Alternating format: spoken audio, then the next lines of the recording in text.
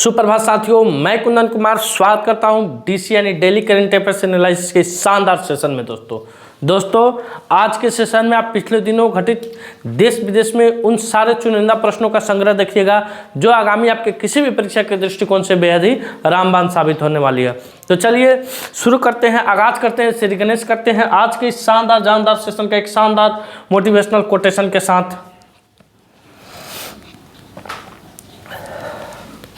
सफलता एक चुनौती है, इसे स्वीकार करो। सफलता एक चुनौती है, इसे स्वीकार करो। क्या कमी रह गई है देखो और सुधार करो। कुछ किए बिना ही जय जयकार नहीं होती, कुछ किए बिना ही जय जयकार नहीं होती। कोशिश करने वालों की कभी हार नहीं होती है।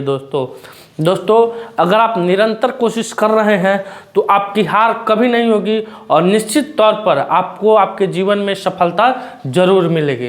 दोस्तों पिछले वीडियो में आपसे प्रश्न पूछा गया था कि हाल ही में किस राज्य या केंद्र शासित प्रदेश ने महिला समृद्धि योजना शुरू की है, तो इसका उत्तर हो जाएगा नई दिल्ली। क्या हो जाएगा दोस्तों? नई दिल्ली के मुख्यमंत्री रेखा गुप्ता के द्वारा। कौन है मुख्यमंत्री? रेखा गुप्ता के द्वारा नई दिल्ली में महिलाओं के लिए जिस महिला का एज 18 से 60 साल के बीच में है, जो महिला दिल्ली की मूलतः निवासी है, जिनका वार्षिक आय 3 लाख से कम है, उनको 2500 रुपये की सहायता राशि समृद्धि योजना के तहत दी जाएगी। तो इस क्वेश्चन का उत्तर हो जाएगा ऑप्शन नंबर 2 नई दिल्ली। अब आते हैं अगले प्रश्न की तरफ। अगला प्रश्न है कि हाल ही में रायसीना डायलॉग का 10वां संस्करण का उद्घाटन कहाँ हुआ है? तो दोस्तों रायसीना डायलॉग, इसमें देश विदेश के उन तमाम नेताओं का जमघट लगता है। देश की आर्थिक स्थिति पे, अर्थशास्त्र, समाज सुधारक, ये सारे नेताओं का जमघट लगता है। इसके बारे में संपूर्ण जानकारी आपको दिया जाएगा। फिलहाल जानते हैं कि रायसीना डायलॉग का 10वां संस्करण का उद्घाटन कहाँ हुआ है, इसके मुख्य अतिथि कौन है और इसके उद्घाटनकर्ता कौन है। तो दोस्तों रायसीना डायलॉग, इसका उद्घाटन नई दिल्ली में हुआ है। कहाँ हुआ है दोस्तों? नई दिल्ली में हुआ है और ये 3 दिन तक चलने वाला है, 17, 18 और 19, यानी 3 दिन तक चलेगा। इसमें न्यूजीलैंड के प्रधानमंत्री इसके मुख्य अतिथि के तौर पर हिस्सा ले रहे हैं। दोस्तों इस बार की जो इसकी थीम है, विषय वस्तु है, थीम है काल चक्र, पीपल, पीस एंड प्लेनेट। क्या थीम है दोस्तों? काल चक्र, पीपल, पीस एंड प्लेनेट। अब अगले पेज पर आते हैं, रायसीना डायलॉग के बारे में कुछ जानकारी आपको साझा करते हैं। दोस्तों ये आप जो लोगो देख रहे हैं, ये रायसीना डायलॉग का है। दोस्तों ये दिल्ली की सबसे बड़ी इमारत है दोस्तों, और इसी के नाम पे इस संस्थान का नाम रखा गया है रायसीना डायलॉग। दोस्तों रायसीना डायलॉग एक बहुपक्षीय सम्मेलन है। यह हर साल नई दिल्ली में आयोजित किया जाता है। इसकी शुरुआत 2016 ईस्वी में हुई थी। कब शुरुआत हुई थी? अगर पूछ दे एग्जाम में कि इसकी शुरुआत कब हुई थी, तो 2016 ईस्वी में हुई थी। हर साल इसका आयोजन दिल्ली में ही किया जाता है। यह सम्मेलन भारत के भू राजनीतिक और भू अर्थशास्त्र पर प्रमुख सम्मेलन है। इसकी मेजबानी ऑब्जर्वर रिसर्च फाउंडेशन करता है। यह एक स्वतंत्र थिंक टैंक है। इस सम्मेलन में राष्ट्राध्यक्ष, कैबिनेट मंत्री, स्थानीय सरकारी अधिकारी, प्रमुख निजी क्षेत्र के अधिकारी, मीडिया और शिक्षाविद शामिल होते हैं। इस सम्मेलन को सिंगापुर में सांग्रीला डायलॉग, क्या दोस्तों? सांग्रीला डायलॉग की तरह मनाया गया है। रायसीना डायलॉग का नाम रायसीना हिल से लिया गया है। रायसीना हिल नई दिल्ली में एक ऊंचाई पर स्थित है। रायसीना डायलॉग के जरिए एशियाई एकीकरण के साथ साथ दुनिया के बाकी हिस्सों के साथ साथ एशिया के बेहतर समन्वय के लिए संभावनाओं और मौक़ों की तलाश के लिए की जाती है। तो ये रायसीना डायलॉग का मेन उद्देश्य था। दोस्तों क्या उद्देश्य है दोस्तों? इसमें कौन कौन हिस्सा लेते हैं? तो जितने भी राष्ट्राध्यक्ष हैं, यानी जितने भी पार्टी के राष्ट्रीय अध्यक्ष हैं, वे सब हिस्सा लेते हैं। साथ ही साथ कैबिनेट मंत्री के जितने भी मंत्री वो हिस्सा ले सकते हैं। स्थानीय सरकारी अधिकारी है वो हिस्सा ले सकते हैं। प्रमुख निजी क्षेत्र के अधिकारी, यानी जितने भी बड़े बड़े कॉरपोरेट जगत के कंपनी हैं दोस्तों, उन सभी के अधिकारी इसमें क्या कर सकते हैं? पार्टिसिपेट कर सकते हैं। मीडिया और शिक्षाविद भी इसमें शामिल होते हैं। तो इस साल का जो 10वां संस्करण है दोस्तों, वो नई दिल्ली में हो रहा है। उद्घाटनकर्ता नरेंद्र मोदी है। अब आते हैं अगले प्रश्न की तरफ। अगले प्रश्न पर देखते हैं दोस्तों, 2024 के कुछ वन लाइनर प्रश्न लाए गए हैं। पीएम मोदी BAPS हिंदू मंदिर का उद्घाटन कहाँ किया गया था? तो 2024 में सबसे चर्चित था। 14 फरवरी 2024 को इस मंदिर का उद्घाटन किया गया था दोस्तों, सऊदी अरब में किया गया था। कहाँ किया गया था? सऊदी अरब में किया गया था। और ये सऊदी अरब का सबसे बड़ा हिंदू मंदिर है दोस्तों, BAPS हिंदू मंदिर, जिसके उद्घाटन भारत के प्रधानमंत्री नरेंद्र मोदी जी के द्वारा किया गया था दोस्तों। अब आ रहा है महर्षि वाल्मीकि अंतर्राष्ट्रीय हवाई अड्डा का उद्घाटन कहाँ हुआ है? तो दोस्तों महर्षि वाल्मीकि अंतर्राष्ट्रीय हवाई अड्डा का उद्घाटन अयोध्या में हुआ था। कब हुआ था दोस्तों? तो ये भी 2024 में हुआ था दोस्तों। जब अयोध्या का मंदिर का उद्घाटन हो रहा था उसके कुछ दिन पहले इस अंतर्राष्ट्रीय हवाई अड्डा यानी महर्षि वाल्मीकि अंतर्राष्ट्रीय हवाई अड्डा का उद्घाटन किया गया था। तो इस क्वेश्चन का उत्तर हो जाएगा अयोध्या। अगर आप इसका आंसर जान रहे हैं, यानी आंसर लिखा हुआ नहीं है, आंसर जान रहे हैं, तो कमेंट में फटाफट आंसर लिखते चलिएगा। भारत का पहला पनडुब्बी पर्यटन कहाँ विकसित हुआ है? भारत का पहला पनडुब्बी पर्यटन कहाँ विकसित हुआ है दोस्तों? तो ये कोलकाता में विकसित हुआ है। कहाँ विकसित हुआ है? कोलकाता में विकसित हुआ। अब आते हैं अगले पेज पर। अगला प्रश्न है दोस्तों आपकी स्क्रीन पे, राष्ट्रीय टीकाकरण दिवस कब मनाया गया है? राष्ट्रीय टीकाकरण दिवस कब मनाया गया है दोस्तों? 17 मार्च, 16 मार्च, 18 मार्च की 19 मार्च। और कब से मनाया जाता है? तो दोस्तों राष्ट्रीय टीकाकरण दिवस 16 मार्च 1956। कितना दोस्तों? 16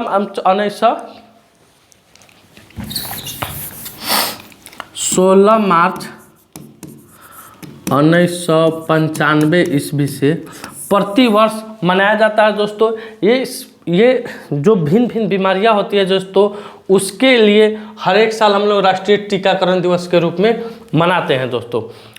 अब यहाँ से एक और सवाल बनता है दोस्तों कि भारत का सबसे ग्रसित बीमारी पोलियो है, तो WHO के द्वारा पोलियो मुक्त भारत कब घोषित किया गया था? WHO के द्वारा पोलियो मुक्त भारत कब घोषित किया गया था? तो WHO ने यानी वर्ल्ड हेल्थ ऑर्गेनाइजेशन ने भारत को 2014 में, कब दोस्तों? 2014 में पोलियो मुक्त किया था। पोलियो मुक्त किया था। कब किया था? तो 2014 में पोलियो मुक्त किया था। इस क्वेश्चन का उत्तर हो जाएगा 16 मार्च 1995 ईस्वी से हम लोग हर साल राष्ट्रीय टीकाकरण दिवस के रूप में मनाते हैं। अब अगले पेज पर आते हैं दोस्तों। अगला पेज है राष्ट्रीय सुरक्षा दिवस। ये मार्च से संबंधित कुछ दिवस है दोस्तों। राष्ट्रीय सुरक्षा दिवस, जन औषधि दिवस, अंतर्राष्ट्रीय महिला दिवस और विश्व उपभोक्ता अधिकार दिवस। ये कब कब मनाया जाता है? तो राष्ट्रीय सुरक्षा दिवस दोस्तों ये 4 मार्च को हम लोग मनाते हैं। कब मनाते हैं? 4 मार्च को मनाते हैं। राष्ट्रीय सुरक्षा दिवस 4 मार्च को मनाते हैं। जन औषधि दिवस, क्या दोस्तों? जन औषधि दिवस, आप जितने प्रधानमंत्री जन औषधि केंद्र देखते हैं दोस्तों, वही इस बार का 7वां है दोस्तों। जन औषधि दिवस कब मनाया जाता है? तो 7 मार्च को मनाया जाता है। 7 मार्च को मनाया जाता है। जन औषधि दिवस 7 मार्च को मनाया जाता है। अंतर्राष्ट्रीय महिला दिवस आप सभी जानते हैं 8 मार्च को मनाया जाता है। अंतर्राष्ट्रीय महिला दिवस 8 मार्च को मनाया जाता है। और विश्व उपभोक्ता अधिकार दिवस 15 मार्च को मनाया जाता है। विश्व उपभोक्ता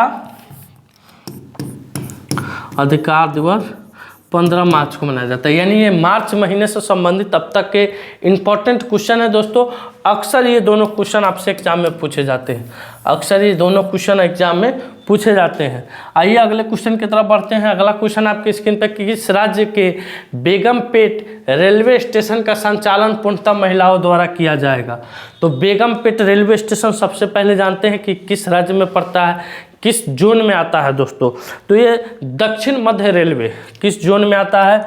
अगर जोन की बात करें, हम जोन की बात करें तो ये दक्षिण मध्य रेलवे, दक्षिण मध्य रेलवे जोन में आता है दोस्तों, जिसका मुख्यालय कहाँ है? सिकंदराबाद में है दोस्तों।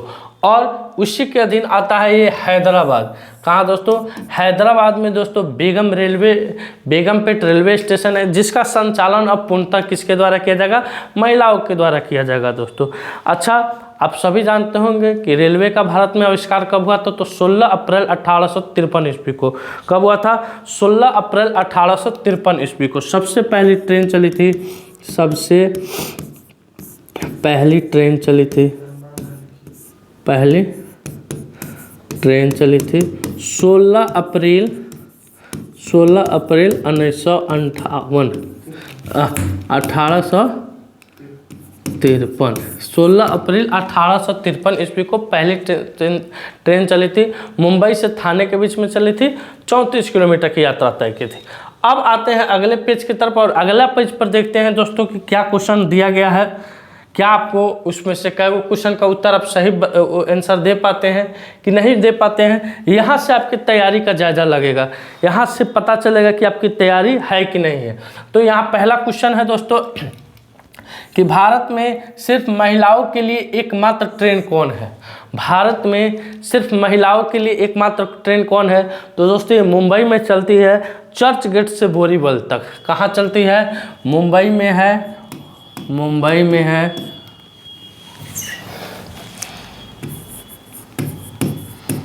मुंबई में है, चर्च गेट से चलती है, चर्च गेट से बोरीवल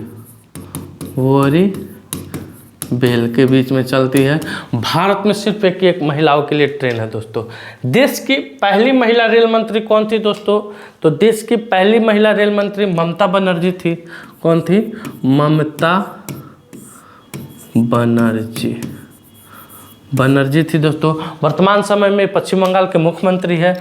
वंदे भारत एक्सप्रेस की पहली महिला ड्राइवर कौन थी और भारत की प्रथम महिला ड्राइवर कौन थी?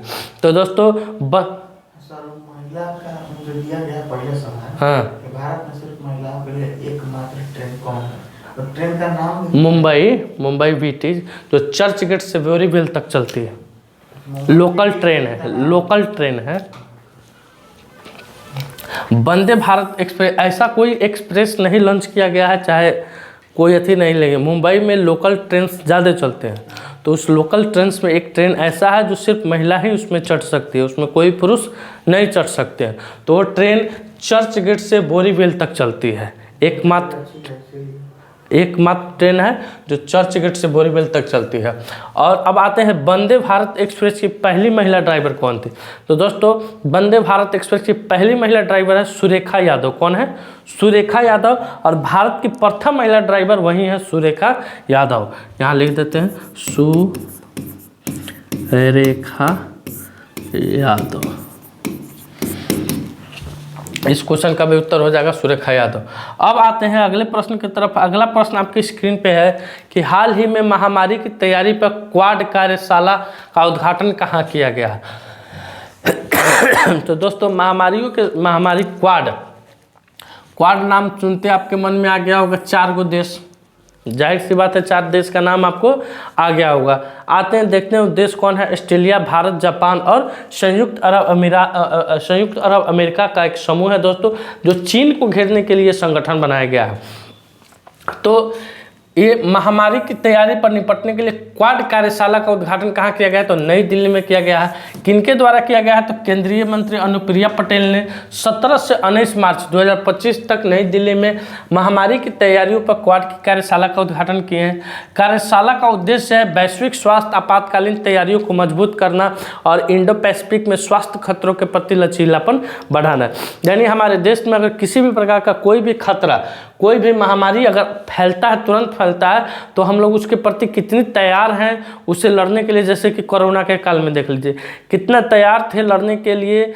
उस पर क्वाड के द्वारा 3 दिवसीय यानी 17, 18 और 19 मार्च को नई दिल्ली में तैयारी करने के लिए सभी लोग क्या हुए हैं? एकजुट हुए हैं। क्वाड में ऑस्ट्रेलिया है दोस्तों, भारत है, जापान है और संयुक्त राज्य अमेरिका का एक समूह है दोस्तों। इसकी शुरुआत 2007 ईस्वी में जापान के उस समय के तत्कालीन प्रधानमंत्री शिंजो आबे ने की थी और शिंजो आबे की हत्या कर दी गई थी दोस्तों जापान में एक सभा के दौरान उन्हें गोली मारकर। अब आते हैं अगले प्रश्न की तरफ। अगला प्रश्न है जलवायु सम्मेलन 2024 कहाँ हुआ था? जलवायु सम्मेलन 2024 कहाँ हुआ था दोस्तों? तो जलवायु सम्मेलन 2024 ये मुंबई में हुआ था। कहाँ हुआ था? मुंबई में हुआ था। पुलिस महानिदेशक और महानिरीक्षक सम्मेलन आपको पढ़ाए थे, राजस्थान में हुआ था। कहाँ हुआ था? राजस्थान के जयपुर में हुआ था दोस्तों। पुलिस महानिदेशक और महानिरीक्षक सम्मेलन जयपुर पूर्व में। पहली अंतर्देशीय जलमार्ग विकास परिषद की बैठक, पहली अंतर्देशीय जलमार्ग विकास परिषद की बैठक कोलकाता। ज़्यादा मोटा नहीं ना, ठीक है। उसके बाद 40वां अखिल भारतीय पीठासीन अधिकारी सम्मेलन, ये भी महाराष्ट्र में हुआ था। कहाँ हुआ था? महाराष्ट्र में। महाराष्ट्र में 84वें भारतीय पीठासीन अधिकारी सम्मेलन कहाँ हुआ था? महाराष्ट्र में। जलवायु प्रदर्शन मुंबई में हुआ था, थोड़ा मोटा मोटा लिख दे रहे हैं। ये जयपुर राजस्थान में पड़ता है दोस्तों, राजस्थान की कैपिटल है दोस्तों, पिंक सिटी जयपुर को भी बोला जाता है। और हाल ही में ANRF का CEO किसे नियुक्त किया गया है? तो डॉक्टर शिव कुमार कल्याण रमन को। किसे? डॉक्टर शिव कुमार कल्याण रमन को ARNF का CEO नियुक्त किया गया है। ANRF का उद्देश्य क्या है दोस्तों? तो भारतीय विश्वविद्यालय और संस्थाओं में अनुसंधान एवं विकास को बढ़ावा देना, शोध संस्कृति को बढ़ावा देना और वैज्ञानिक नवाचार को बढ़ावा देना, ये क्या है? ANRF का उद्देश्य है। और हाल ही फिलहाल में इसके CEO किसे नियुक्त किया गया है? तो डॉक्टर शिव कुमार कल्याण रमन को नियुक्त किया गया है। अगले पेज पर दोस्तों कुछ CEO से संबंधित रिलेटेड क्वेश्चन है जो ऑनलाइनर के तौर पर है। आइए देखते हैं। भारतीय बैंक संघ के मुख्य कार्यकारिणी अधिकारी के रूप में अतुल कुमार गोयल, कौन दोस्तों? अतुल कुमार गोयल ने कार्यभार संभाला है। जस्टिस जयमल्ल्या बागची सुप्रीम कोर्ट के नए जज बने हैं। Takeshi Nakajima Honda cars India के नए अध्यक्ष और CEO बने हैं। विकास कौशल को HPCL का अध्यक्ष और प्रबंधक निदेशक नियुक्त किया गया है। अमिताभ मुखर्जी को NMDC के CMD के रूप में नियुक्त किया गया है। डॉक्टर अंजू राठी राणा को कानूनी मामलों का सचिव नियुक्त किया गया है। अजय भादु को GEM का CEO नियुक्त किया गया है। और RBI ने अजीत रत्नाकर जोशी को कार्यकारिणी निदेशक नियुक्त किया गया है। अब आते हैं अगले प्रश्न की तरफ। अगला प्रश्न आपके स्क्रीन पे है। 7वें hockey India player of the year award से किसे सम्मानित किया गया है? तो दोस्तों पुरुष में हरमनप्रीत सिंह, पुरुष में हरमनप्रीत सिंह। और महिला की बात की जाए तो सविता पूनिया, महिला की बात की जाए तो सविता पूनिया को इस बार 7वें hockey India players of the year award से क्या किया गया है? सम्मानित किया गया है। तो इसका क्वेश्चन हो जाएगा ऑप्शन नंबर 4 A और B। अब आते हैं अगले प्रश्न की तरफ। अगला प्रश्न आपकी स्क्रीन पे है दोस्तों।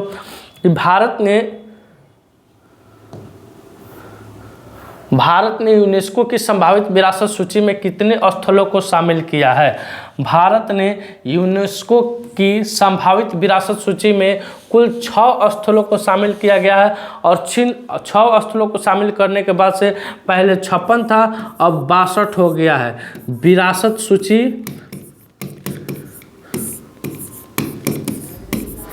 कितना हो गया?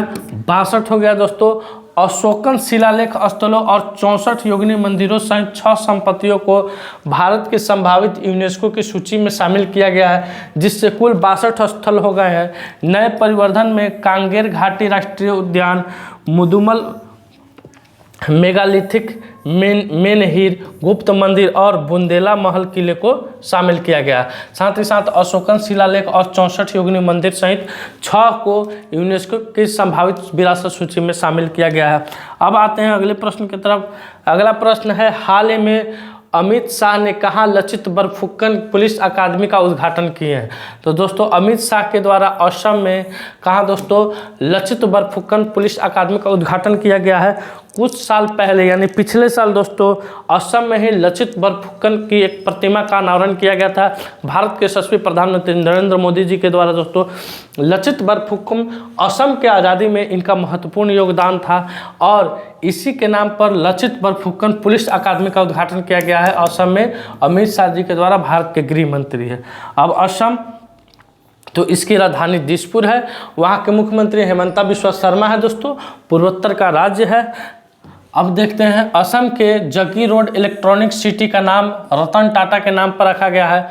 असम सरकार ने चिरांग रिपु हाथी रिजर्व को 8वें राष्ट्रीय उद्यान के रूप में अधिसूचित किया है। असम सरकार ने बाइथोजुम को आधिकारिक दस्तावेजों में मान्यता दी है।